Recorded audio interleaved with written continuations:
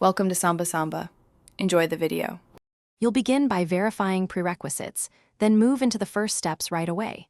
Make sure your device biometric, fingerprint, or Face ID is enabled in the phone system settings because WhatsApp uses the system API.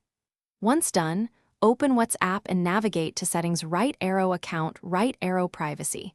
Make sure your account is active and the app is updated. Now tap Screen Lock or Fingerprint Lock to start. This initiates WhatsApp's biometric registration flow, so you can link the app to your device security. Continue by selecting the biometric option that matches your device. Tap the toggle for Use Fingerprint or Use Face ID, and then choose the Auto Lock interval, immediately, 1 minute, or 30 minutes, depending on how strict you want access controls. When prompted, authenticate with the System Biometric dialog. This binds WhatsApp to the stored templates in your phone's secure enclave. Make sure you complete any additional confirmations, such as granting permissions. Once the system confirms, WhatsApp will show the lock enabled and you're halfway finished. Finish by testing the lock.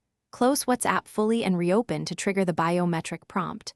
Authenticate to confirm access. If the biometric prompt fails, re-register your fingerprint or Face ID in the phone settings and retry. WhatsApp relies on system templates, so re-enrolling often resolves mismatches. If the sensor or prompts remain unresponsive, restart the phone to clear temporary issues and ensure WhatsApp has the necessary permissions.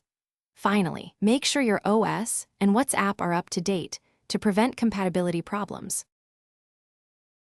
Thanks for watching. Consider subscribing if we helped you.